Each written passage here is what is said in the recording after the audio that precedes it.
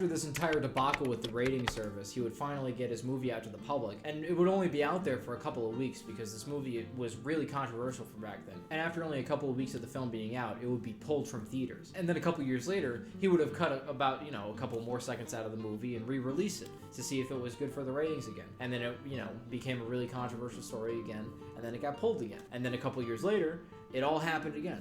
This movie just kept getting released with a little bit more cut out of it, and then every time it got released, everyone was still going crazy about this movie, and everyone that went to see it thought it was so controversial that it kept getting pulled and it kept getting re-released, all the way up until 1968. So for almost 25 years, this movie would be having grand openings and grand closings in its name, and the whole time it was a complete catastrophe and a controversy. But this, sounds like a bad thing, but throughout its whole lifespan, the movie would actually gross over $20 million, which back then is insane.